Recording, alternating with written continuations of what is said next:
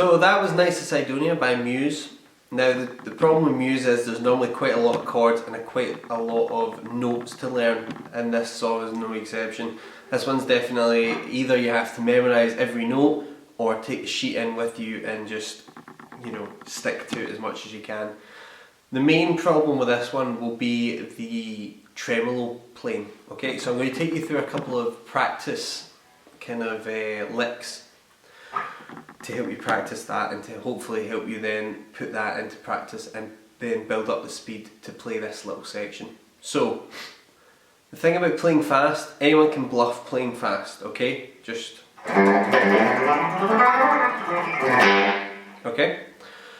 Now that wasn't hitting every note, okay? That was very, very bluffed. The trick is to be able to play fast and play rhythmic, especially with this piece or this little section here, because what you've got is you've got 1, 2, 3, 4, 1, 2, 3, 4, 1. So you've got that kind of idea of going all the way through it. So that's what you need to be thinking when you're picking it. 1, 2, 3, 4, 1, 2, 3, 4, 1, 3, 4. Okay? So let's take that all the way back. So what you should be practicing is starting off with a metronome. Okay, use a real metronome, because if you start messing up with this hand, your brain will start slowing down this hand. But, you know, just for practice purposes, that's our beat, okay? So here we go. So we've got basically crotchets, and then you've got quavers, triplets, semi-quavers, sixes,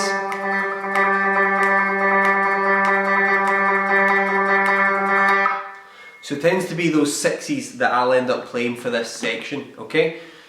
So the more you practice that with the metronome, the more you're getting into speed, and therefore what you would do is you would start adding notes.